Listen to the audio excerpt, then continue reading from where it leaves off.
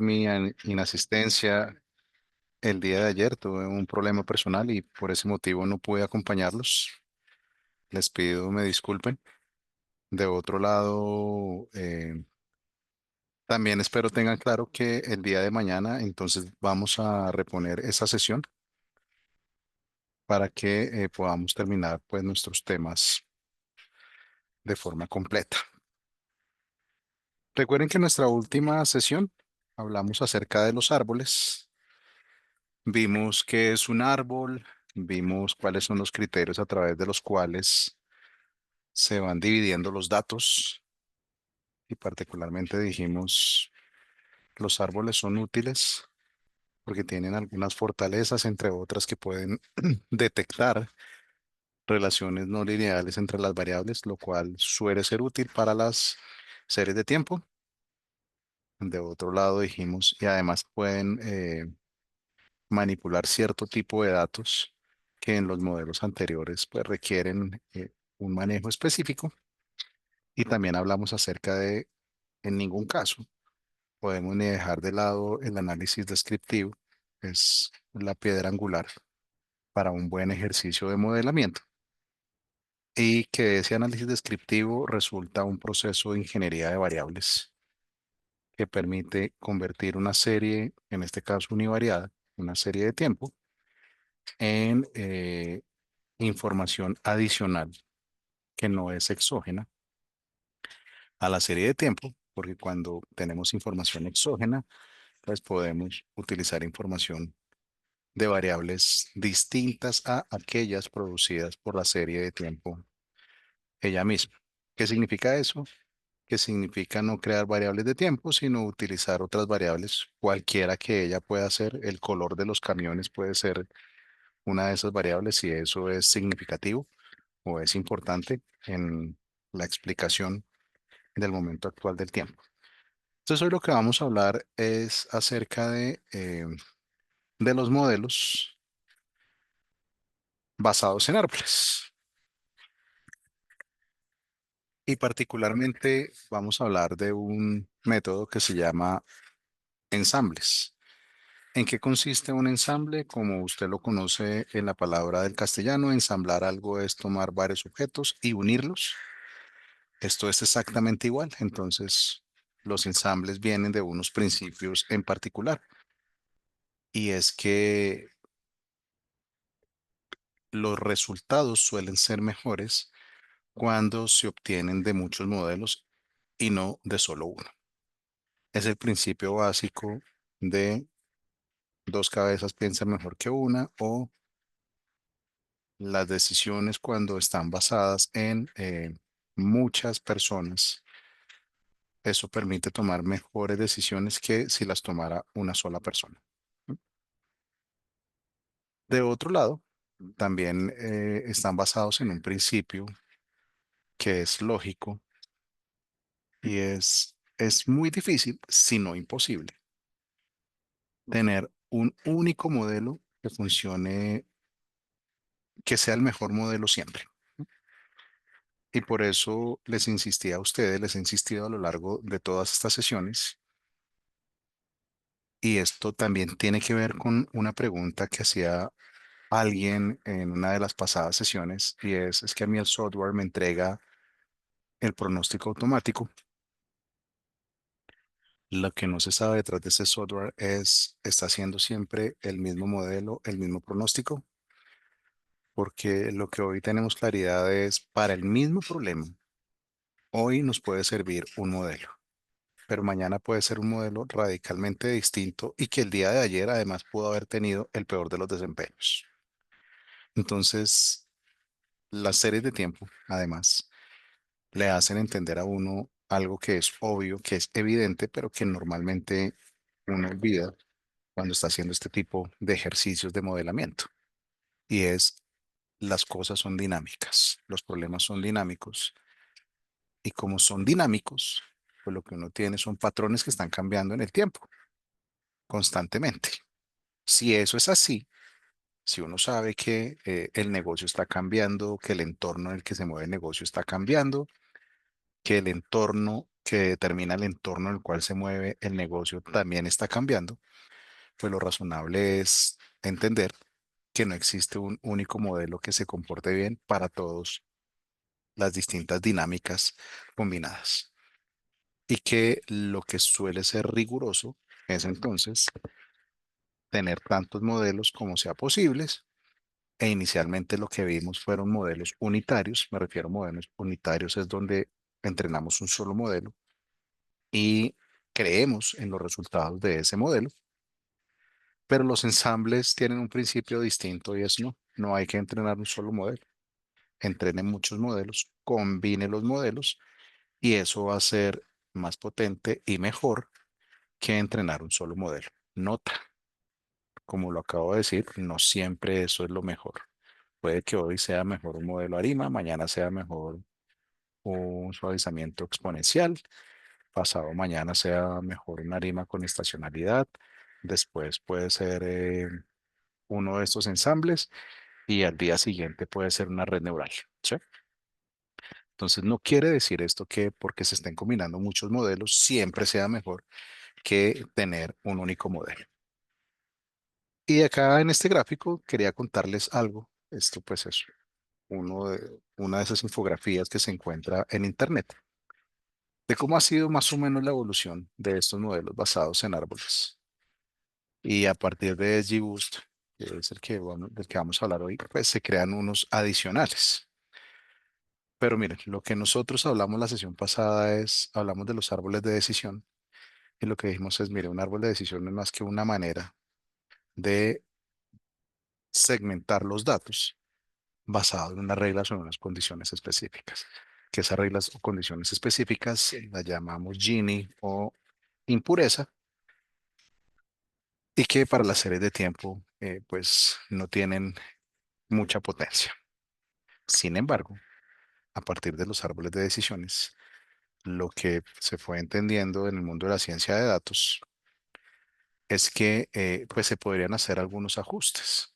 Unos ajustes en el sentido de por qué no combinar varios de esos árboles, es decir, crear un bosque para tratar de estimar la variable o modelar la variable que sea de interés.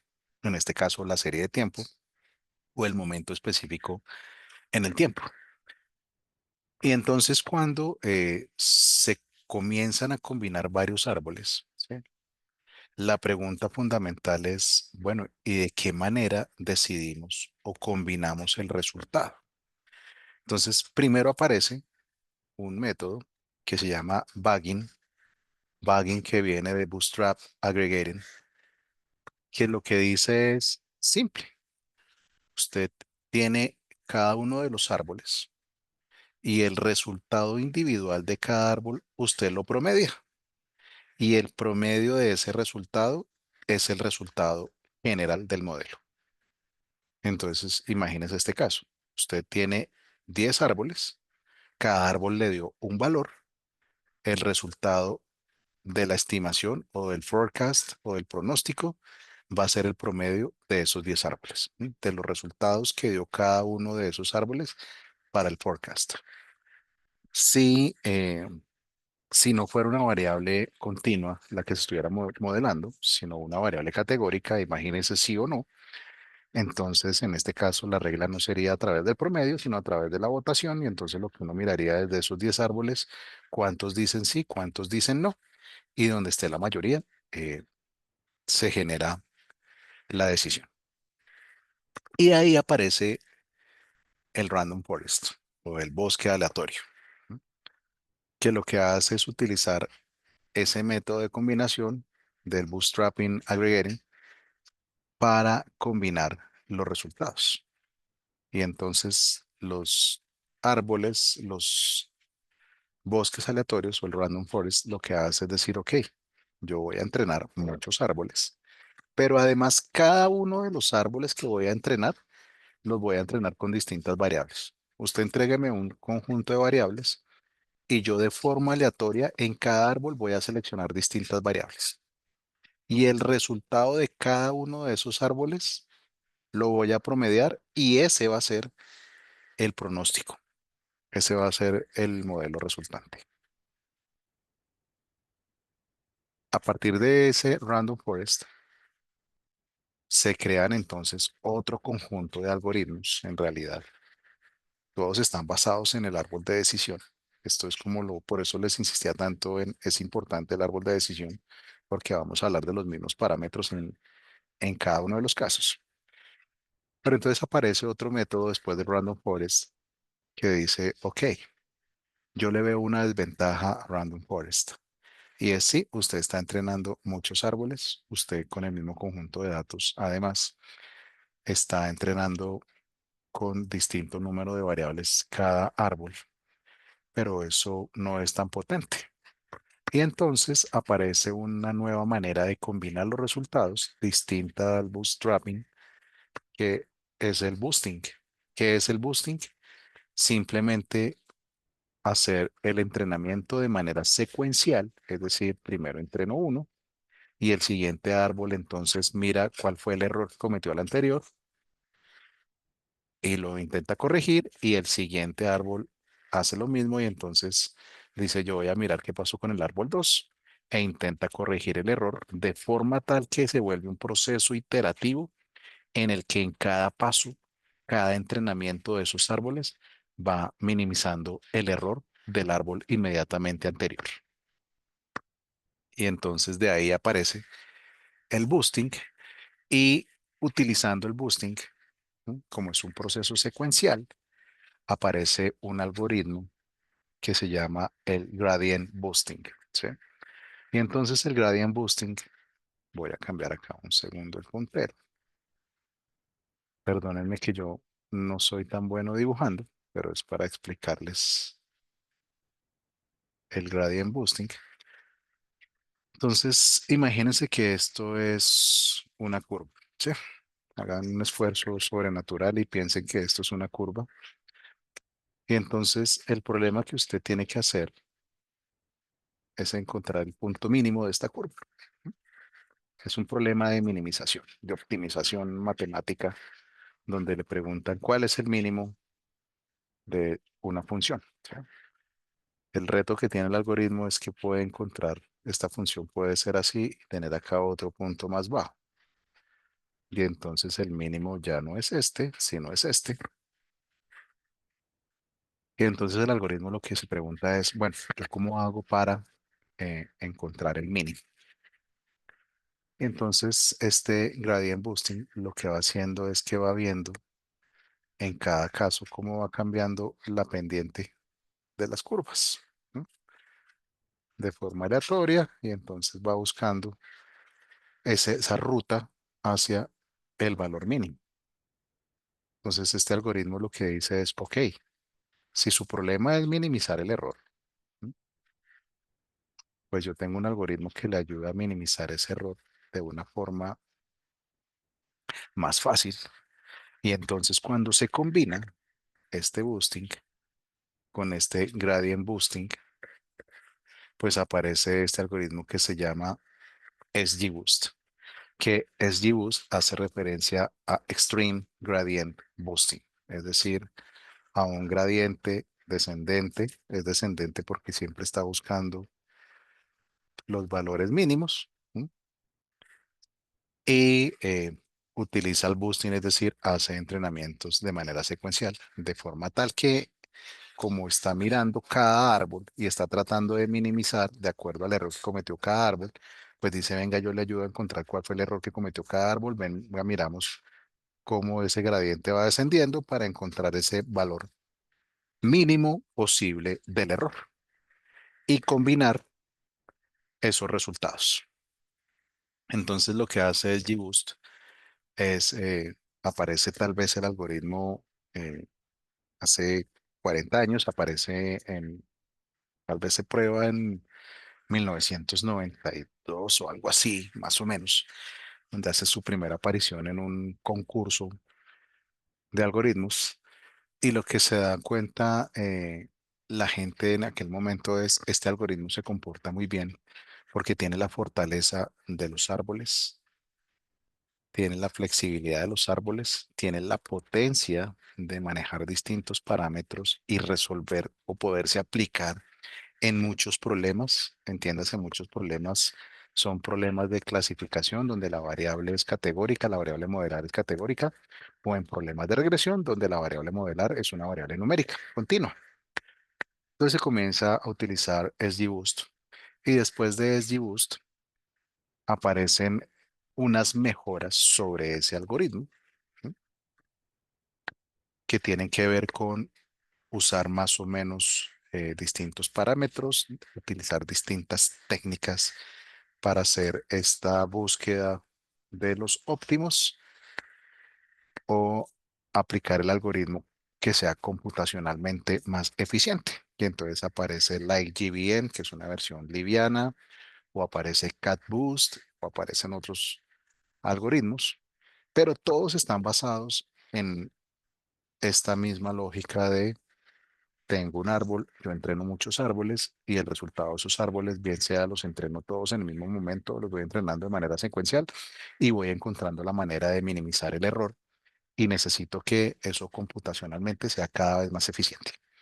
De ahí salen todos esos algoritmos que hoy en día se utilizan en muchos problemas de regresión y de clasificación. Es decir, lo que les estoy diciendo acá es cuando ustedes estén haciendo sus pronósticos o estén haciendo sus análisis, entonces ya saben que si están utilizando series de tiempo, pues hacen el suavizamiento exponencial, hacen los arimas, utilizan Prophet, utilizan las librerías automáticas. No olviden utilizar estos algoritmos basados en árboles, porque suelen ser muy potentes y particularmente cuando uno hace problemas distintos a la serie de tiempo, porque la serie de tiempo tiene unas particularidades específicas que las hacen distintas de otros problemas de clasificación o de regresión, pues allí también esos algoritmos son muy potentes. Y de hecho muchos de los concursos que se hacen para resolver problemas con analítica o con ciencia de datos o utilizando algoritmos y modelos estadísticos, en muchos de esos concursos suelen terminar ganando estos métodos basados en árboles, incluso que las redes neurales. Esa es la potencia que tienen estos algoritmos. Y entonces hablemos del primero,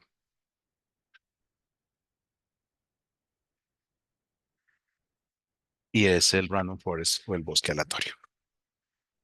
Entonces, ¿qué particularidad tiene random forest? De nuevo, todos tienen el mismo principio y es mucho es mejor que uno solo. Y esta lámina para contarles, ustedes tienen un árbol, tienen otro árbol, cada árbol tiene una estructura distinta, está entrenado sobre un conjunto de variables distintas, ¿no? Y lo que hace es combinar cada uno de esos árboles, que normalmente suelen ser un estimador que llamamos débil, para combinarse en un bosque que se convierte en algo que es más robusto o más fuerte. Entonces, seguramente ustedes lo pueden entender más fácil con, tengo una ramita, la ramita se parte fácil, pero si uno muchas ramas, eso se vuelve un tronco mucho más resistente. Es exactamente el mismo principio y al final lo que uno entiende es listo. Entonces, recuerden que el Random Forest tiene un mecanismo de decisión que se llama bagging y el bagging lo que hace es, o el bootstrapping, aggregating lo que hace es decir, ok, yo cojo el resultado de todos los árboles que haya entrenado y el promedio va a ser el resultado final. ¿De acuerdo? Cuando, cuando se está entrenando, lo que él está haciendo es, él está entrenando en muestras distintas, ¿sí? Del conjunto de datos, ¿sí? Pero cuando les digo muestras distintas del conjunto de datos, no es que usted tenga 1000 datos y entonces él diga, voy a entrenar con 50 y después con 80 y después con 90. No. Entonces, imagínense que su conjunto de entrenamiento son 1000 datos. Él siempre va a entrenar con los 1000 datos, pero lo que va a hacer es que va a crear una muestra y sobre esa muestra va a aplicar el criterio de reemplazo, es decir, va a duplicar observaciones hasta que siempre tenga los 1000 datos. ¿M? Y eso es importante porque lo que él está haciendo es, miren la lógica detrás de esto. Cuando él está seleccionando ese subconjunto de datos y está duplicando los datos, desde la perspectiva de la serie de tiempo, lo que él está haciendo es, ok, yo voy a capturar un patrón, lo voy a duplicar de forma tal que un árbol aprenda un patrón, otro árbol aprenda otro patrón, otro árbol aprenda otro patrón, y el promedio de todos esos árboles va a ser el resultado, es decir, ese promedio va a tener inmerso el comportamiento de todos los árboles, cada uno que pudo haber capturado un patrón distinto. ¿No? Entonces, computacionalmente, cómo se está haciendo la estimación del random forest o del bosque aleatorio? Pues simplemente tiene el conjunto de datos, crea tantas muestras como sea posibles, después aplica el algoritmo de random forest o hace la estimación de cada modelo y hace la combinación con el promedio para obtener el resultado final. Tengan presente que este entrenamiento o este proceso de crear las muestras y de entrenar cada modelo está sucediendo de manera simultánea. Es decir, este puede ser un proceso computacionalmente demandante, porque los está entrenando todos al mismo tiempo. De ahí que para este algoritmo, pues se tienen algunas ventajas. El primero es, como está entrenando tantos estimadores débiles, permite reducir el sobreajuste de los modelos en la medida en que está promediando todos los resultados. Dos, puede manejar un volumen grande de variables. Tengan presente que siempre el ideal es que usted tenga más filas que columnas en sus datos. ¿Eso qué significa? Eso significa que usted tenga más observaciones que variables. ¿M? Y que el random forest pues puede manejar tantas variables como usted quiera. De otro lado, permite cargar los datos con datos ausentes en cada una de las columnas. Además, como está basado en árboles y los árboles le permiten a uno entender cuáles son las variables más importantes, pues el random forest también tiene esa particularidad y es que le permite crear ese mapa de características más importantes. Y entonces recuerden el ejercicio que hicimos la sesión pasada, donde con el gráfico de características dijimos, ok, puede que yo no tenga el mejor pronóstico, pero sí tengo unos patrones detallados que me permiten tomar decisiones al respecto de qué puede o qué no puede pasar. Y finalmente, el random forest, comparado, por ejemplo, con los modelos ARIMA que exigen relaciones lineales, pues él no exige ningún tipo de relación. Puede trabajar con relaciones lineales o no lineales, no tiene ningún inconveniente. ¿Qué desventaja tiene el random forest? Que al estar combinando tantos árboles, los resultados en términos de la explicabilidad del modelo, pues son muy difíciles de interpretar. Entonces, esto es lo que llamamos un algoritmo de caja negra. ¿No? Y de otro lado, al hacer el entrenamiento en paralelo, es decir, al estar entrenando todos los árboles en simultáneo, si usted tiene un conjunto grande de datos, pues esto se vuelve un problema costoso en términos de procesamiento. De otro lado, tenemos el XGBoost. Entonces recuerden que el XGBoost es Extreme Gradient Boosting. Y lo que hace el algoritmo es, ok, yo tengo mis datos. Sobre los datos, yo voy a crear muestras de datos de la misma manera que lo hace Random Forest. Pero lo que va a hacer es, yo creé la muestra uno. Sobre la muestra uno voy a entrenar un modelo. Voy a ver los resultados de ese modelo. Miro cuáles son los errores de ese modelo Y cuando he visto cuáles son los errores de ese modelo, de nuevo me voy a entrenar un modelo 2.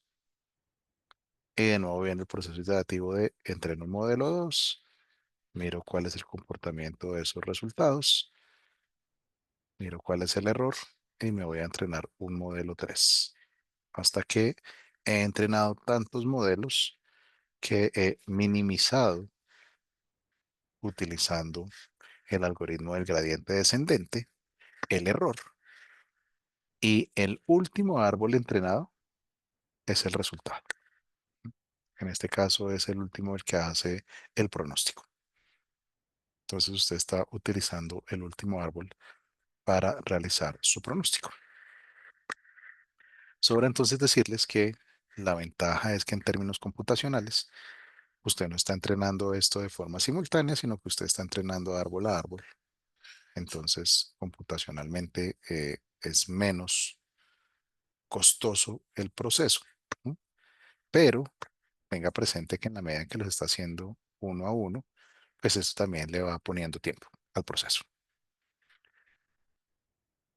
¿Cuáles son las ventajas del algoritmo SGBoost? Bueno, como ventajas, uno es que en la medida en que él se está entrenando y está mirando o está aprendiendo del árbol que entrenó inmediatamente anterior, pues tiene un control sobre el sobreajuste del modelo a través de una técnica que se llama regularización. Regularización no es más que utilizar unos parámetros específicos, se los trae ya incorporados para evitar que el modelo se sobreajuste, es decir, que aprenda únicamente de los datos de entrenamiento. Dos, como les contaba, estos algoritmos entonces en su evolución natural comienzan a utilizar técnicas nuevas, comienzan a utilizar nuevos métodos de procesamiento y además piensen que aparecen chips o procesadores más potentes, aparecen las tarjetas gráficas, entonces aparecen un nuevo hardware y lo que hacen los algoritmos nuevos es aprovechar la existencia de esas nuevas técnicas y de ese nuevo hardware para volverse más eficientes. Entonces, una ventaja que tiene SGBoost es, por ejemplo, él ya trae la validación cruzada integrada en el algoritmo. Entonces, usted no necesita definir un proceso de validación cruzada, es decir, escribir el código, sino que el algoritmo lo trae ya incorporado, al igual que el Random Forest y que los árboles, pues no requiere de tener algún tipo específico de relación, ni tampoco necesita un manejo especial o un tratamiento especial de los datos en el sentido de, oiga, yo tengo datos ausentes, necesito eh, ajustar o hacer algún tipo de manejo con esos datos. No, no lo requiere. Finalmente, pues como todo, hay desventajas. Y las desventajas en realidad de estos modelos basados en árboles, pues hacen referencia a la dificultad que se tiene para interpretar los resultados del modelo. Y cuando digo los resultados del modelo, no me estoy refiriendo a el valor que se está pronosticando, porque ese va a estar en las unidades que usted le defina, ¿m? Es decir, cómo está la variable que usted está modelando, sino a el tipo de relaciones que él encuentra entre las variables que está modelando contra las variables que explican el comportamiento de esa variable que usted está modelando. Recuerde que esto es un problema de regresión donde usted está diciendo el momento actual depende del momento, de los momentos pasados en el tiempo. Entonces, de nuevo, él puede encontrar que el rezago de orden 7 eh, al cuadrado puede ser la variable más importante que explica el valor actual y en consecuencia el valor futuro, ¿no? Y que usted entienda qué significa el rezago de orden 7 al cuadrado, pues, y le pueda dar sentido, eso es algo muy, muy difícil. En realidad se vuelve imposible. Entonces, la interpretabilidad acá es una desventaja Si lo que usted necesita, por eso les contaba con el ejercicio del árbol, si usted necesita tener, detectar patrones y darle explicación a sus patrones, recuerde que los árboles son una manera muy eficaz de entender esos patrones y de entender dentro de esos patrones cuáles son las variables más importantes o cuáles son las características más importantes que explican esos patrones. ¿Mm? Si su problema es, no, a mí no me interesa nada de eso, yo lo que quiero es tener la máxima precisión en mi problema, pues entonces váyase a estos métodos, donde lo que seguramente usted va a encontrar es esa mayor precisión, pero si intenta explicar los resultados o transmitirlos a la lógica del negocio, pues seguramente decir, es que si el día es miércoles multiplicado por 3.5, eso es lo que explica, pues no va a tener una manera lógica de explicarlo a la luz del modelo. Bien, entonces eso en cuanto a nuestra sesión conceptual del día de hoy. Adicionalmente, tengo un par de ejercicios que quiero que hagamos. No sé si los alcancemos a hacer el día de hoy, pero es en este mundo de la ciencia de datos, pues también existen algoritmos, en particular librerías, porque no son algoritmos, son librerías o paquetes de software que han desarrollado métodos automáticos para modelar, incluidas las series de tiempo. Entonces, me gustaría, si no lo alcanzamos a hacer hoy, que hagamos mañana, pues comenzamos nuestra sesión, un ejercicio de, oye, ¿cómo yo hago un ejercicio de modelado automático? ¿Qué necesito entender? ¿Qué no debería entender? ¿Y qué también funciona eso de el mundo automático en estos modelos? De nuevo, lo que ustedes van a encontrar es, no hay una bola de cristal, no existe una solución mágica. eh, Ese mundo que venden de es que la inteligencia artificial lo va a reemplazar porque ya es capaz de hacer todo. No, miren, eso no es así. Se requiere todavía del expertise humano y definitivamente hay actividades donde es casi que imposible con la tecnología actual llegar a sustituir esa capacidad que tenemos los humanos de comprender múltiples elementos del contexto de manera simultánea.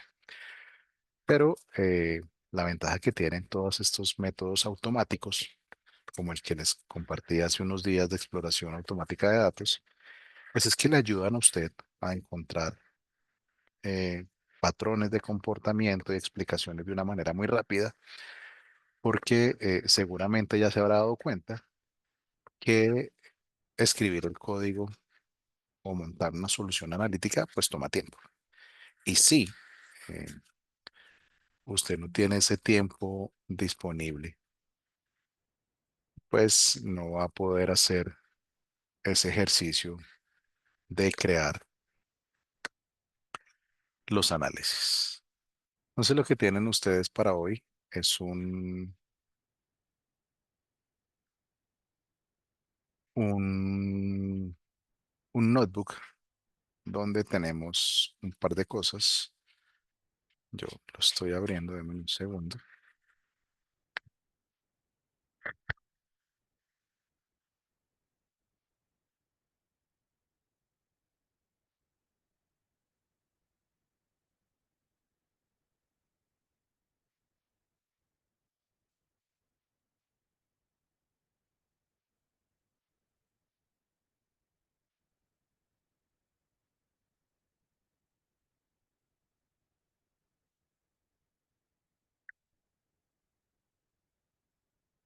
¿Ya están viendo nuevamente mi pantalla?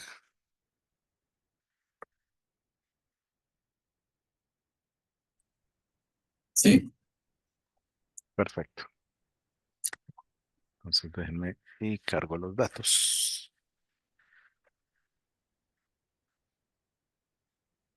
Disculpa, este código creo que no nos lo pasaron. No sé si los compañeros lo tienen. Yo lo vi en el chat, en el WhatsApp pegado. ¿Quieren que lo Ah, vuelva a pegar ahí de nuevo? perdón, deje revisarlo, es que nada más bajé la pura presentación. Ah, bueno, pero sí está ahí, sí, yo lo vi. Yo cargué lo que no era, perdón.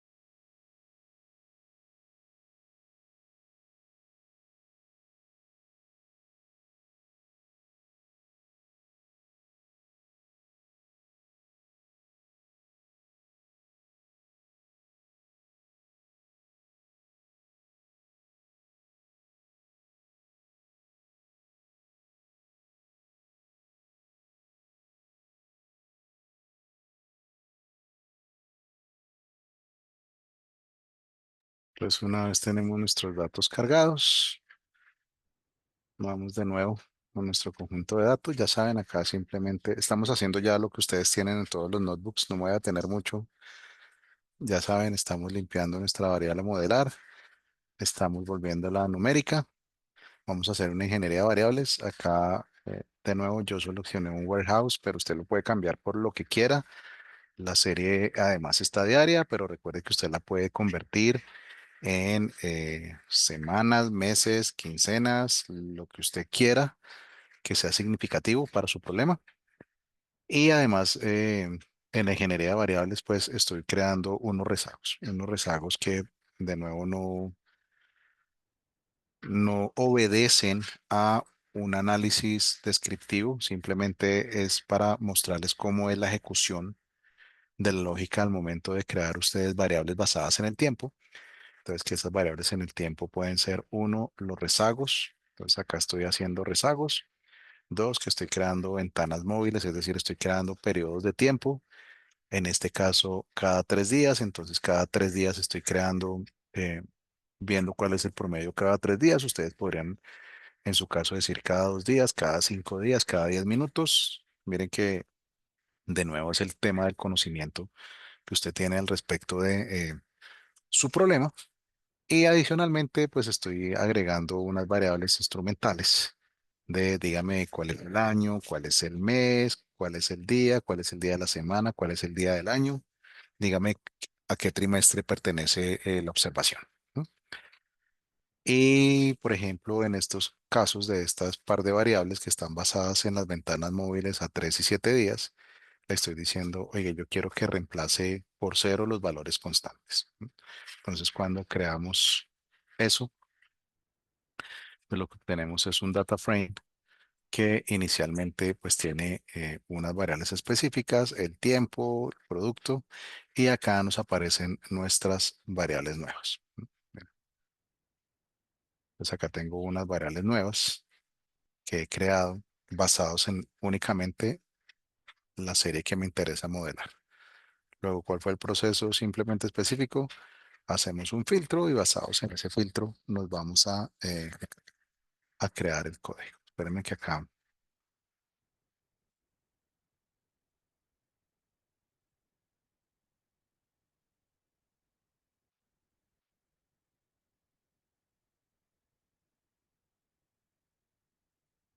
ya, entonces tengo mis datos. Ahora hacemos la segmentación de nuestros datos y aquí voy a agregar un elemento adicional. Entonces recuerden que les dije, las buenas prácticas le dicen a uno, segmente sus datos de manera cronológica en las series de tiempo entre datos de entrenamiento y datos de prueba. Sin embargo, aquí voy a crear un nuevo conjunto de datos, un nuevo conjunto de datos que se llama conjunto de validación. ¿Para qué? Para que el algoritmo haga lo siguiente y es entrene en los primer conjunto de datos, vaya y mire cómo es el error en los datos de validación es decir, tenga unos datos, entre comillas, de test antes de ir a probar en el conjunto de datos que nunca ha visto que es el conjunto de prueba, ¿sí? Entonces, él de manera iterativa va a poder ir aprendiendo de un conjunto de datos que él no ha entendido. En este caso, pues estoy creando unas muestras donde una tiene el 70%, la otra tiene el 15% y la final tiene el restante 15%.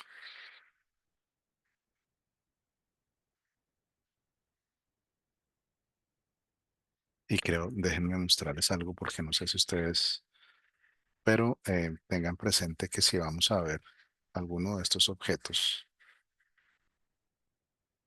lo que quiero que vean es, esto es igualito, ¿sí? Es el mismo conjunto de datos, nada ha cambiado, lo único que hicimos fue partir los datos, los partimos en función del tiempo, ¿sí? Pero no hemos cambiado variables, tenemos la misma estructura que tenemos al principio, miren. Y que una vez hemos hecho esa partición de los datos, entonces lo siguiente es vamos a entrenar primero nuestro algoritmo de Random Forest. Y entonces, con el Random Forest, recuerden que como tenemos varios parámetros, pues lo que tenemos que hacer es encontrar cuáles son los mejores valores posibles o los óptimos de esos parámetros. ¿Cuáles son esos parámetros? Entonces, miren, recuerden la lógica, voy a cambiar este código acá un segundo. Voy a crear una celda arriba de esta y entonces primero voy a crear las muestras específicas de entrenamiento, validación y test con las variables puntuales, ¿sí? Yo voy a usar solo estas variables para modelar y esta es la variable que a mí me interesa. ¿M? Lo que estoy haciendo es seleccionando eso. Veámoslo acá un segundo en Xtrain.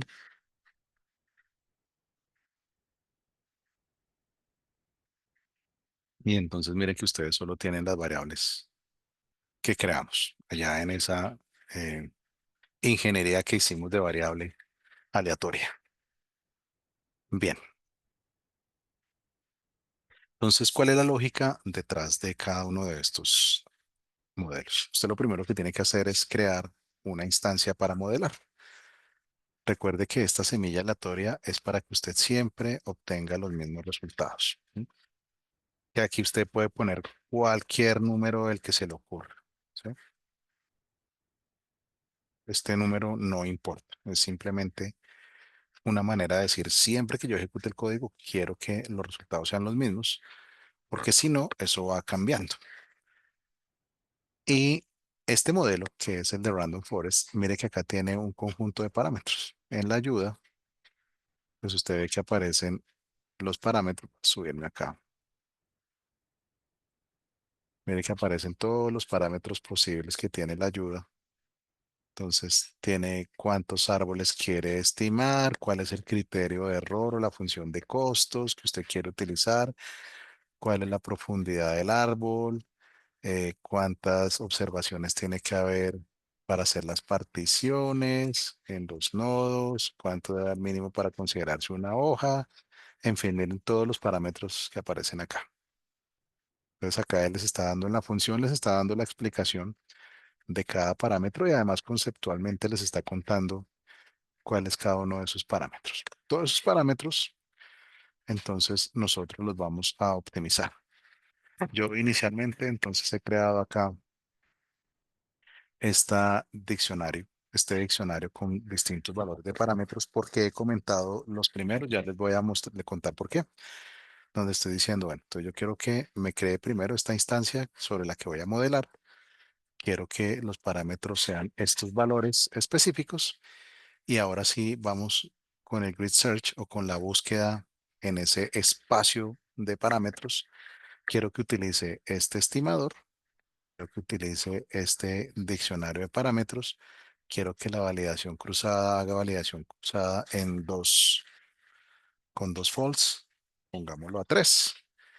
Cuando utilizamos en jobs igual a menos uno, le estamos diciendo utilice todos los procesadores, toda la capacidad que tenga.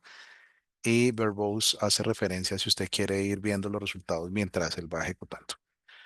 Entonces lo vamos a poner a correr. Quiero que miren por favor la hora. Son las 8:24 en mi máquina. Vamos a poner a ejecutar esto. Y entonces el automático pues le está diciendo, ok, entonces vamos a entrenar en tres particiones de los datos para cada uno de los candidatos y en total vamos a hacer tres entrenamientos. Y aquí seguramente le vamos a dar un límite de tiempo. ¿Les parece bien si le damos 4 minutos de tiempo? Y si no lo paramos,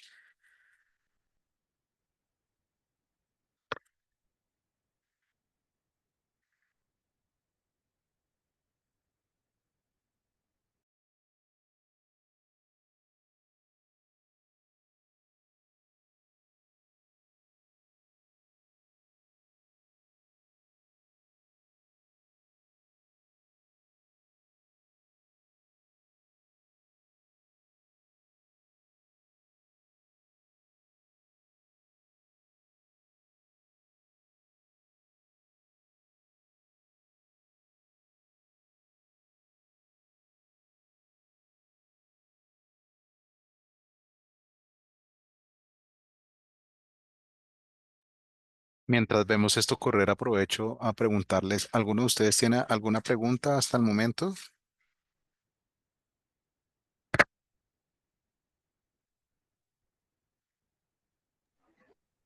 Uchi.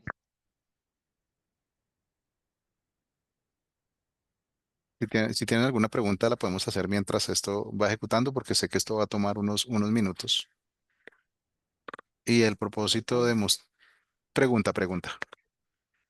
Yo tengo algunas como que incógnitas más bien del proceso como tal. No sé si me escuchas bien. Te escucho perfecto.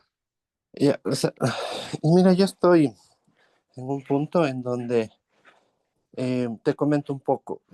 Yo hago mis pronósticos, utilizo la clasificación ABC, X y Z, y dentro de los resultados, por ejemplo, yo en ítems AX tengo una capacidad de proyectar de aproximadamente el 90%. Lo hago con modelos básicos y de series de tiempo, siendo el que más se utiliza, siendo una recurrencia de todos estos modelos, el de Hall Winters o el ETC, Ujú. pero eso aproximadamente solamente es el 20% de todo mi maestro de artículos. Sí. En lo que respecta a ítems y a BY, BZ, tengo una efectividad de pronóstico de un 60-70% y de los C, obviamente inferior al 20%. Eh, yo, en mi opinión, creo que es un pronóstico bastante bueno. De hecho, en el abastecimiento me ha ido bastante bien. He reducido eh, algunos de los factores, niveles de inventario, ha aumentado el fill rate, las ventas perdidas han disminuido. Creo que hay una buena gestión. Esto lo vengo haciendo más o menos por unos 2 años. Pero sin embargo, como te comentaba el otro día, tan en boga está la inteligencia artificial y este tipo de modelos que de la dirección como que te exigen a que tengamos ahora implementados este tipo de modelos y este tipo de tecnología. Mas, sin embargo, como hemos venido conversando, todo esto tiene un problema justamente de información. Nuestra data básicamente es mensual, no tenemos información diaria. Ujú. Esto hace que, como te digo, yo en el mejor de los casos por SKU cuente para ítems de rotación hasta de 5 años, pero de ahí para allá el histórico es bastante corto, básicamente porque en donde yo me muevo, los cambios de ingeniería, la introducción de productos, cambios de características en los artículos hacen que el histórico de alguna forma varíe y no pueda ser tan largo como uno quisiera hacer. Es Eh, decir, perdóname, te interrumpo ahí para hacerte una pregunta. ¿Eso quiere decir que el máximo de observaciones es de 60 observaciones porque solo tiene 5 años? Máximo, exactamente, Ok, esa idea. listo. Sí. Entonces, yo exponía y justamente decía que para aplicar estos métodos ellos hablan IA, ¿no? O sea, de la IA, y se refieren más en temas de redes neuronales y por ahí han escuchado justo temas de árboles de decisión, que no sé si el término que yo estoy usando esté correcto, pero es imposible por justamente la cantidad de información. Y de pronto también digo, no justifica también entrar a hacer este tipo de gastos o inversiones, tomando en cuenta que lo que te acabo de referir en un principio de resultados no es tan mal. Entonces, no sé si estoy en lo correcto o estoy un poco sesgado o no estoy viendo algo adicional como para tratar de invertir más tiempo y dedicación y ver más allá. Entonces, no sé si tú me puedes referir a algún comentario o cómo proceder para tratar de alinear lo que se nos exige desde arriba hacia lo que tenemos que ejecutar ya Sí, en el front. total, total. Y mira, yo lo que haría de inmediato te lo digo. Con 60 observaciones, olvídate de hacer una red neuronal. O sea, olvídate de utilizar Prophet, por ejemplo, que lo vimos acá. Cualquiera de esos algoritmos que están basados en el deep learning, eh, o Prophet, que a pesar de que tú lo puedas ejecutar, él se va a sobreajustar de inmediato, no es recomendado. Entonces descarta esa parte de esos modelos que tienen que ver con las redes neurales. Y lo que puedes hacer es, bueno, ¿qué alternativas tengo con ese conjunto de datos tan pequeñitos? La primera es, fíjate que tú estás contando y es, nosotros hemos hecho los modelos básicos. Entonces hemos hecho el suavizamiento exponencial, seguramente han utilizado los filtros de Holly Winters como tú los comentabas, pero algo que puedes implementar automático con esa volumetría de informaciones y por qué uno utiliza modelos ARIMA, porque puedes utilizar modelos ARIMA estacionales o de cualquiera otro de acuerdo al comportamiento de esos datos y seguro vas a ganar puntos de precisión respecto de un suavizamiento exponencial, ¿m? Porque estás logrando capturar en algunos casos más patrones. Entonces, esa es la primera recomendación que yo te haría, y es implementa los ARIMA, ahí seguramente te van a ayudar, y verifica en qué caso, además, qué significa que tú ganes un punto en tu pronóstico, ¿sí? Tú estabas diciendo, mire, yo tengo pronósticos que cuando van bien son del 70%, pero ¿qué pasa si pasan del 70 al 71? ¿Cuál es el impacto en términos del negocio? ¿Y por qué les digo eso? Porque si una empresa, pensemos en el caso de una empresa que decide, yo voy a invertirle a tener una infraestructura para procesar estos modelos de redes neurales y todo lo demás, pues es un costo evidente.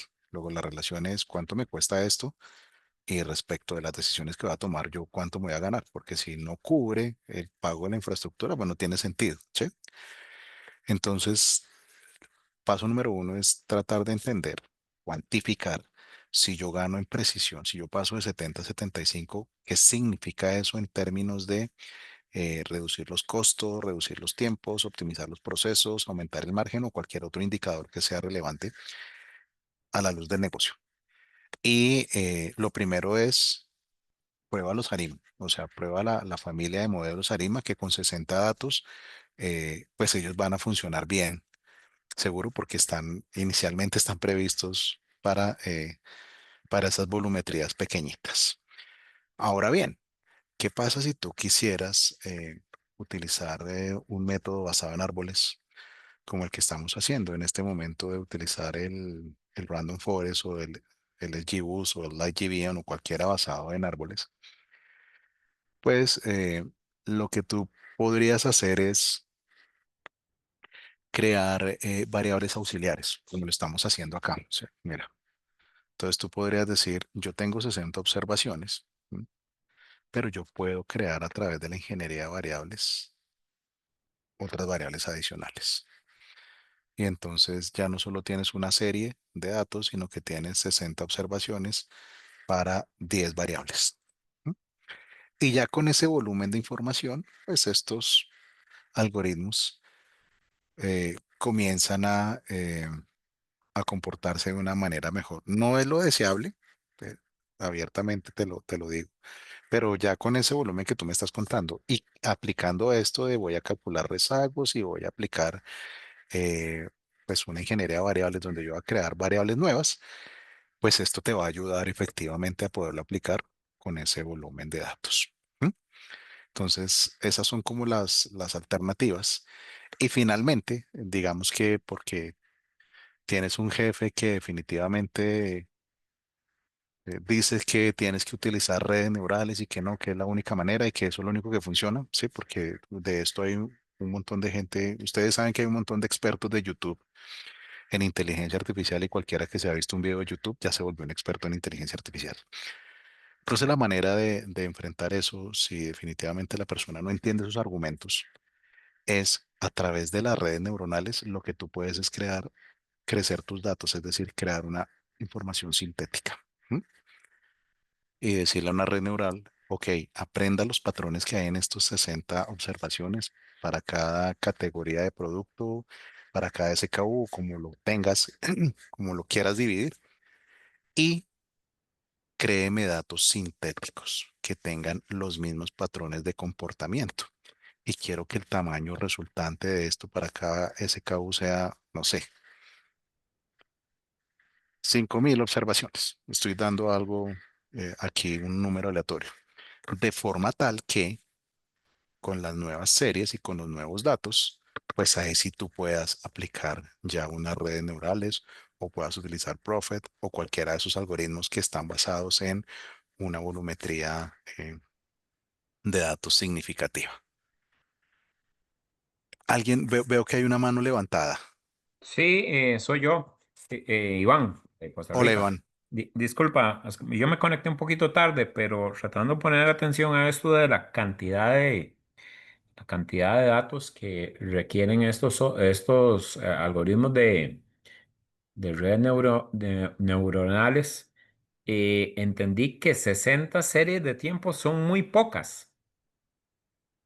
Para aplicar en redes neurales, sí. Sí, ok. ¿Y cuál es el recomendable? Porque, digamos, en mi experiencia, para los otros tipos de generación de pronósticos que hay, sí, 60 meses me suena bastante robusto, qué sé yo, pero, ¿cuál sería el recomendable en estos casos? ¿Y Pues qué otros datos necesita, digamos, de referencia para hacer correlaciones, digamos, cuáles son los básicos, tipos de cambio, inflación, PBI, no sé, quisiera, digamos, tal vez como conocer el básico de datos que deberían de tener una relación con el histórico de la demanda. entonces, aquí son dos preguntas, Iván. Sí, La primera es, oiga, si yo tengo los métodos básicos, ¿sí? Eh, porque tú le estás diciendo, tengo 5 años de historia, pero es que 5 años de historia lo tienes resumido en 60 meses, ¿sí? En 60 observaciones. Voy a irme al extremo. Imagínate que tienes los 5 años de historia, pero cada dato es anual. Solo tienes 5 datos. Entonces, estos algoritmos están pensados para unas volumetrías distintas. Por eso hemos ido evolucionando, no en función del tamaño de la muestra, porque no hemos hecho así, sino en la función histórica de cómo han evolucionado. Pero los primeros algoritmos, ¿sí? Cuando uno está utilizando los filtros de Hall, el suavizamiento exponencial, o cuando vimos los métodos allá de el promedio o el naive estacional o el método ingenuo estacional, pues cuando ellos fueron creados, pues es que la información no existía en la práctica. Entonces, uno los puede utilizar con series muy cortitas, o sea, con 15 datos, 20 datos, 30 datos, eso funciona, ¿sí? Ahí lo más importante es tratar de lograr que los modelos no se sobreajusten a los datos, ¿sí? Ese es como un tema que tienen que tener en cuenta, mientras que cuando uno ya tiene más de 30 datos y está con, pues no sé, no les puedo decir un dato exacto, un punto de corte, ¿sí? Porque no existe, pero digamos que si usted tiene entre 30 datos y tal vez unos 60 o 70 observaciones, ahí los modelos ARIMAS comienzan a funcionar muy bien. ¿M? Los filtros de Holly Winters de suavizamiento exponencial funcionan evidentemente porque ya están cubiertos en la volumetría anterior, pero aquí los ARIMA ya comienzan a funcionar. ¿Por qué? Porque la econometría los ha utilizado hace un montón de tiempo y pues ustedes pueden además crecer la data, como les decía, para utilizar técnicas basadas en árboles. Entonces ya pueden utilizar XGBoost o Random Forest creando variables auxiliares a partir de la serie. Y pues ya si ustedes quieren utilizar, no sé, quieren utilizar Prophet, por ejemplo, si miran la documentación, en la documentación uno encuentra que ellos suelen recomendarle que uno tenga más o menos unos 100 registros, unas 100 observaciones para hacer buen uso del Prophet, para que él comience a comportarse con las tasas de desempeño que normalmente tienen. Y ya si ustedes quieren hacer redes neuronales, ¿m? Entonces, si tienen una red neuronal simple, un perceptrón, por ejemplo, que es la red más básica, entonces con un perceptrón más o menos uno debe tener, tal vez a partir de unos, no sé, 150 datos aproximadamente como mínimo, para poder aplicar un perceptrón y que uno pueda estar tranquilo de que los resultados de ese perceptrón van a ser útiles. Y pues finalmente ya para los otros modelos de Deep Learning es que, bueno, yo nunca he hecho un modelo de Deep Learning que tenga menos de, no sé, un LSTM que lo vamos a ver mañana, con menos de 500 observaciones, nunca lo he hecho. O sea, las veces que lo ¿Menos de probé en cuánto? la vez de 500 observaciones. Ah. Por ejemplo, yo la vez y 500 observaciones piensa en términos diarios, y tienes una serie diaria, 500 observaciones es año y medio, ¿no? Y cuando hice entrenamientos de LSTM con menos de eso, en verdad no tenían la potencia que uno espera, porque los otros algoritmos se comportaban mucho mejor. Y John, este, señor, digamos que no estoy entendiendo una parte. Vamos a ver. Le voy a poner dos escenarios. Yo para comprar, de nada me sirve mi consumo diario. ¿Ok? Para hacer compras internacionales. Yo necesito datos ordenados en meses para saber cuánto es mi consumo mensual y cuál va a ser mi proyección mensual. Entonces, cuando usted me dice que ojalá tenga 500 datos, yo no puedo tener 500 meses. de acuerdo. Y posiblemente 500 meses no me sirva porque hace 500 meses el negocio era muy pequeño, muy diferente. Entonces digamos, buscando un objetivo de tener la mayor cantidad de datos, pero ese objetivo más bien me puede desbalancear mi resultado. Eso lo ve, digamos, uno cuando hace una introducción de marcas y realmente de ahí hace 3 años la marca era un poco importante y de un pronto a otro ya al año y medio o 2 años revolucionó la marca y el escenario es muy distinto. Entonces, pensando en eso, jamás podría tener yo 500 observaciones para hacer un pronóstico Y que de me hecho, ayude a comprar. y perdóname, Iván, y ¿Sí? además no tiene sentido porque lo que tú Ah, estás diciendo, 500 meses atrás, eso ni pueda que el negocio existía. Y ahí sí. te voy a volver un punto.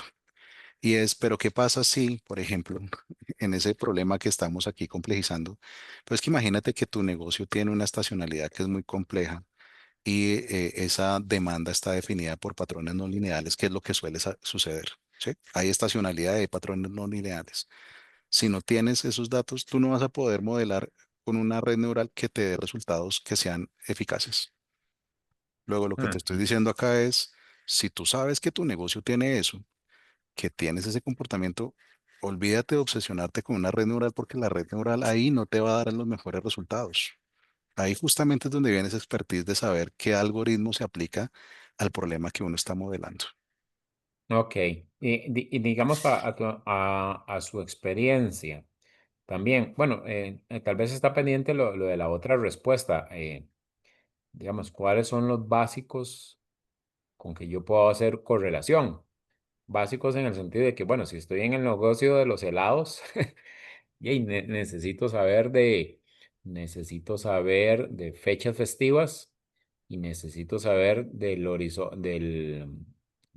el clima, de la temperatura proyectada, o bueno, la estacionalidad, todo lo relacionado a lo que incremente o disparadores, ¿cómo es que se le dice en demanda? Catalizadores de la demanda, ¿verdad? Em, pero digamos, a nivel general, ¿cuáles serían esos datos con que yo alimentaría mi fuente de generación de pronósticos? Sí, y de nuevo, Iván, no existe, tú mismo me das la respuesta, perdóname, ¿Sí? pero no existe un set único de variables que te diga el mínimo es este, porque no es lo Ujú. mismo el mundo de los helados al mundo de los farmacéuticos, por ejemplo, ¿sí? Claro, sí, sí.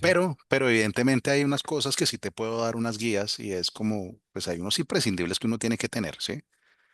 Y es, por ejemplo, pues uno debe tener las cantidades, los precios, los Ujú. grupos o los códigos que permitan agrupar, ¿sí? Para poder hacer pronósticos por segmento, para que uno pueda ver por canales, por regiones, no sé, por tiendas físicas, si es que existe, o por mercados distintos, eso es fundamental. Si hay otros productos, por ejemplo, cuya variación está atada o arrastran el comportamiento de la del producto de uno, hay que tomarlos en consideración. Cuando hay promociones, cuando hay descuentos, cuando se hacen campañas, por ejemplo, y, eh, y además no solo poner si se hizo o no se hizo, sino además muchas veces uno tiene que medir la intensidad, que la intensidad es, oiga, y cuánto fue? Porque no es lo mismo hacer un descuento del 10% a haber hecho un descuento del 50%. Pues claramente hay diferenciación en eso y también en el tiempo marcar cuándo inicia y cuándo termina, por ejemplo, la campaña, ¿sí? Como otras variables que tienen que ver es cómo está, por ejemplo, cuál es el nivel del inventario en un momento específico del tiempo. Entonces, cómo estaba yo de inventario en unos momentos puntuales del tiempo, porque eso puede afectar efectivamente el comportamiento. Y pues como te decía, pues si tienes varios canales, pues tienes que tener esos patrones por canales para poderlos capturar y eso significa tener variables. Otra es, pues en el calendario normal, o sea, del tiempo es, pues saber qué día es de la semana, si hay feriados, ese feriado es un feriado local, nacional, qué día del mes, o si es fin del mes, por ejemplo, fin de trimestre, que pasan cosas Ujú. específicas, o si es fin de semana, sí, o si el día era laborable o no. Esas son variables de tiempo que definitivamente uno suele utilizar o que es recomendado tenerlas. Y ya para otros casos, por ejemplo, óyeme, el clima te afecta. Si el clima te afecta, pues ponle variables de clima, ¿sí? Porque Correcto. si no es lo mismo vender, no sé, helados en tierra fría donde yo estoy, que la probabilidad de comerse un helado es nula en este momento, a estar en el Caribe al mediodía, pues evidentemente ahí el clima es una variable fundamental. Y hay otros indicadores económicos que siempre pues explican, ¿sí? Entonces, es que cada mercado tiene su propia dinámica y tiene variables macroeconómicas que lo explican. Entonces, cómo es el comportamiento del Producto Interno Bruto, las tasas de desempleo, por ejemplo, tienen que ver, o en tu negocio, tú necesitas saber cómo es la volumetría de tráfico de automóviles o de tráfico peatonal. Todo eso tú lo puedes ver y son indicadores que hoy existen para casi todos los países. Entonces, Claro. ahí uno debe tener eso, no sé, las inflaciones o las tasas de interés nominales, son indicadores macroeconómicos, no sé, hasta el Ujú. nivel de deuda, es que lo he usado en la vida real, el nivel de endeudamiento país tiene que ver, o la calificación que tiene el país sobre la deuda puede ayudar. Y hay otras cosas como, no sé, es que aparecen nuevos competidores, Iván. Entonces uno tiene que saber cuándo están aperturando, cuántos están cerrando, si hay lanzamientos grandes, por ejemplo. Y pues eso es como lo que siempre uno debería tener como en consideración de los, no lo quiero llamar imprescindibles, pero como siempre tenerlos en consideración cuando uno está ya haciendo sus modelos. Y lo otro es, independiente de esos mínimos, pues ten en cuenta que el análisis descriptivo de, oiga, yo quiero saber cómo son las frecuencias de mis datos para saber cómo los puedo agrupar o cuál es la granularidad que es significativa para mi problema, si yo puedo en los datos ausentes hacer imputaciones, si tengo outliers, entonces, ¿qué hago con esos outliers específicos? ¿Es un error de registro? ¿Es que ahí sucedió un fraude y entonces por eso esa vaina cambió muchísimo? ¿Cómo es la estacionalidad? Porque era lo que hablamos hace un rato. Si tú tienes una estacionalidad muy compleja y no la puedes ver en 60 datos, pues, y resulta que la red neural está diseñada para capturar esos patrones de estacionalidad, no te desgastes porque no te va a funcionar. O sea, vas a tener un resultado espurio, es decir, algo que es mentiroso y que no te va a servir para tu pronóstico. Lo que sí te vas es a desgastar tratando de solucionar un problema. eh, Mejor dicho, estabas utilizando un avión de guerra, ¿sí? Para mover dos vasitos de agua cuando era más fácil cogerlos con la mano y llevarlos del punto A al punto B, que además entre el punto A y el punto B solo habían 3 metros de distancia, ¿sí? Entonces uno tiene que saber Ujú. escoger la herramienta adecuada y dentro de esa herramienta entonces oiga, pues el análisis descriptivo es cuánto rezago yo le pongo, cómo hago las ventanas móviles, necesito hacerle transformaciones a mis datos. Entonces le hago qué tipo de transformaciones, le hago transformaciones logarítmicas, le hago transformaciones de tipo Box-Cox, le hago normalizaciones porque es la red neural. Ahí es como importante tener en consideración eso. Y Ok. pues ya hay unos ideales que le dicen a uno teóricos. Y Ah, es, oiga, lo ideal es que usted tenga, no sé, si tiene ciclos, si tiene estacionalidades, ¿sí? Pues al menos tenga 2 o 3 estacionalidades. El problema es que cómo se me da la estacionalidad, es que yo tengo estacionalidades trimestrales y tener 3 ciclos, eso pueden ser datos de, no sé, voy a dar algo exagerado, 6 años y tener datos de 6 años diarios, pues es que yo nunca comencé a guardar información, yo tengo información para el último año. ¿No? Yo sé que el negocio se comporta así, pero yo no tengo los datos para hacer eso. Entonces lo que tienes que buscar de nuevo es, mucho el mensaje es, ustedes no pueden forzar a que el algoritmo se ajuste a sus datos. Son ustedes los que tienen que decir, oiga, dado que yo tengo estos datos y que conozco esto del negocio, el algoritmo que puede ser más potente es este. Ahora, sí. lo que yo les decía hace un segundo es, pero tienen un jefe cansón como yo que insiste en que no se tiene que hacer de esta manera. Si yo quiero que sea inteligencia artificial, no importa lo que sea, porque yo quiero que sea así.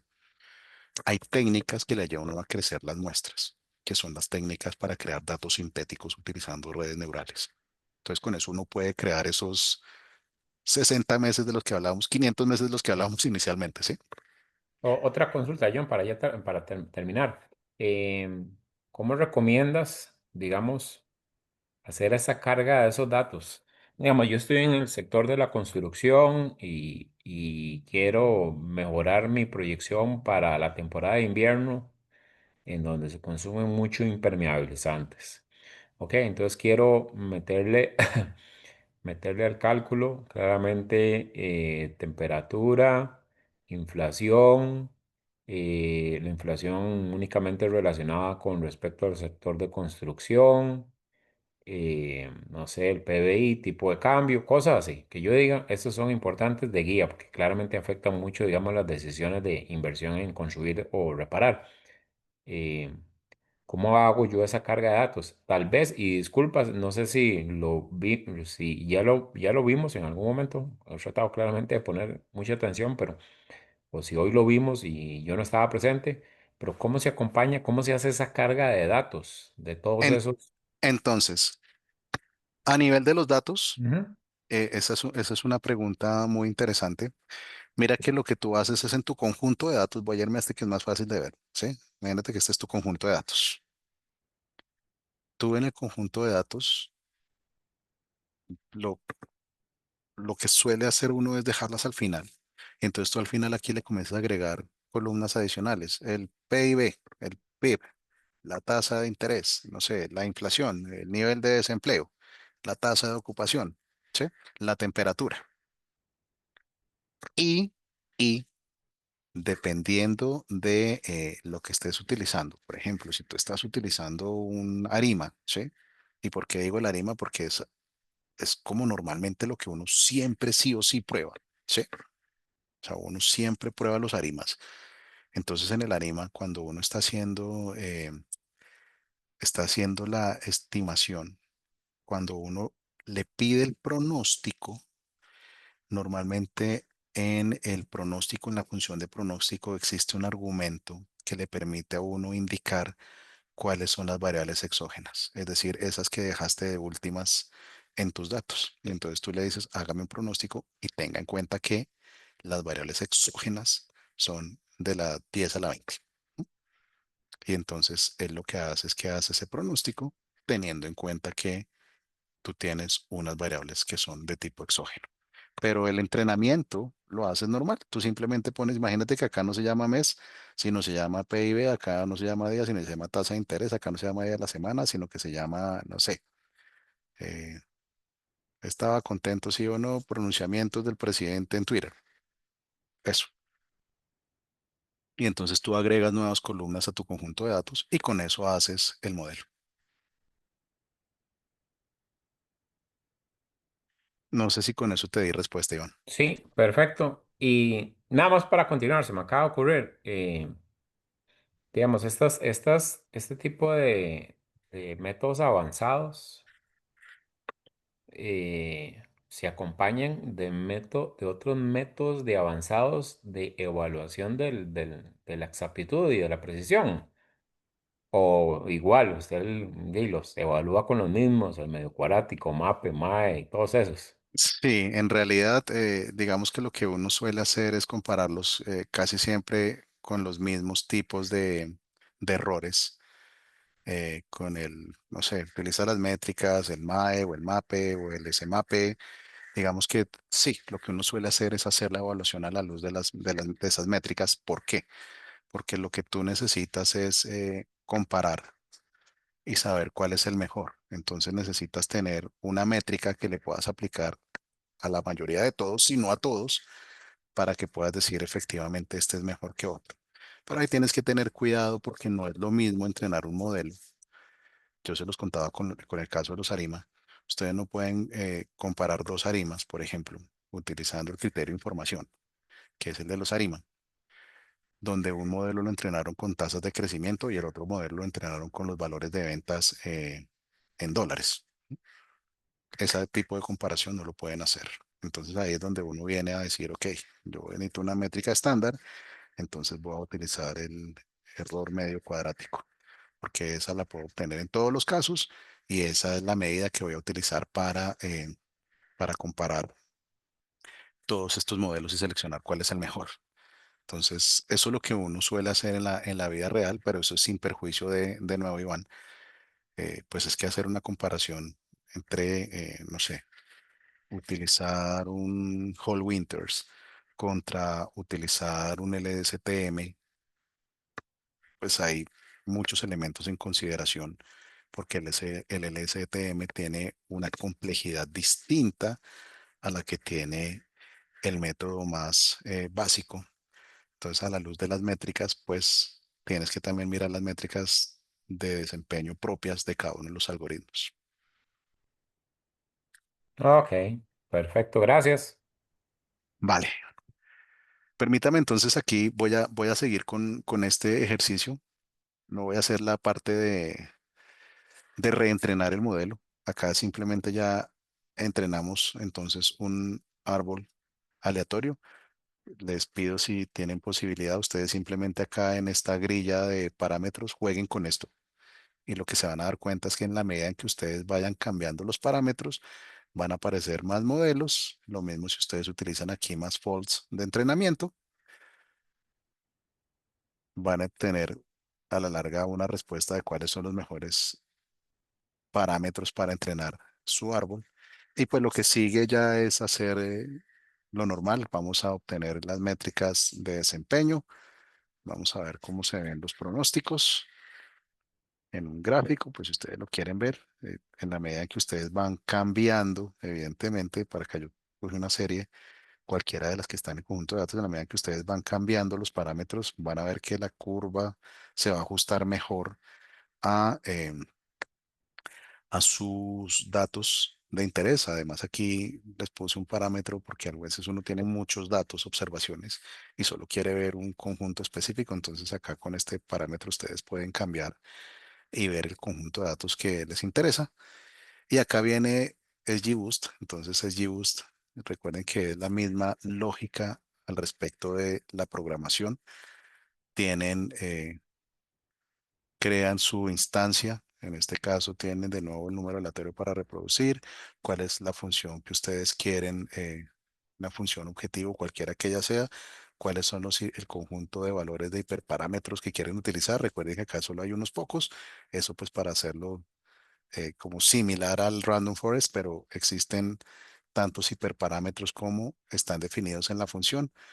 Entonces recuerden que para el regresor de XGBoost, pues cuando ustedes miren la documentación, van a encontrar el conjunto de parámetros posibles para optimizar. Y de nuevo, cuando hacen la búsqueda del Grid Search, es exactamente lo mismo. Hacen el entrenamiento, miran cuáles son sus mejores resultados. Y lo que quiero que vean acá un segundo antes de irnos es, van a darse cuenta que mientras que con el caso anterior, que teníamos un único parámetro, miren, acá teníamos un único parámetro que estaba en ejecución. Pues con XGBoost, cuando uno le pide unas combinaciones mayores, pues los tiempos van a ser menores. Acá miren que acá estamos haciendo 12, mientras que acá solo estábamos haciendo 3. Y para esto se tomó varios minutos. No sé si alguno de ustedes se fijó, pero se tomó más de 7 minutos en hacer este entrenamiento sencillo. Con XGBoost, como es justamente un algoritmo, el de gradiente descendente, el que está optimizando la búsqueda, pues miren que los tiempos de ejecución pues son mucho menores, ¿no?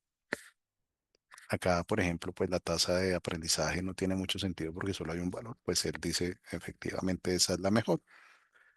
Y después viene el mismo proceso. Listos. Bien, si les parece entonces, dejemos ahí el día de hoy. Nos vemos mañana para hacer un ejercicio con las librerías automáticas. Iván, tú hiciste una muy buena pregunta y es, ¿qué hago si tengo que hacer tengo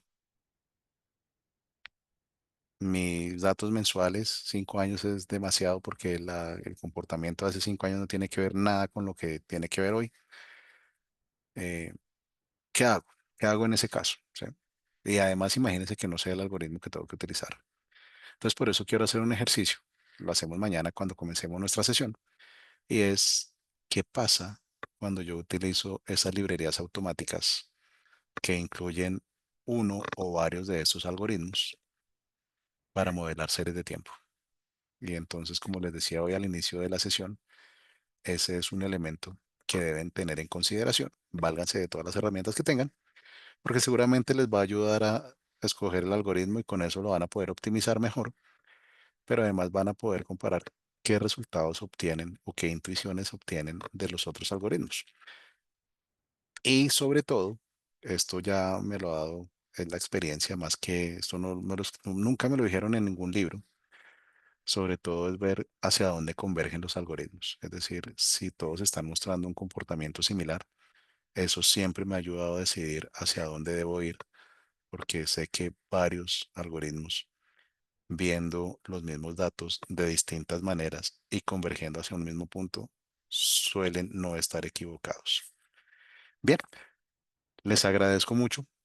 Nos vemos entonces el día de mañana para cerrar nuestras sesiones. Hablaremos de las redes neurales, pero recuerden que iniciaremos nuestra sesión haciendo un ejercicio de pronósticos con las librerías automáticas, con un par de librerías automáticas en Python. Muchísimas gracias a todos. Que tengan buena noche. Muchas Buenas noches, gracias. buenas noches. Igualmente. Muchas gracias. Gracias, buenas noches.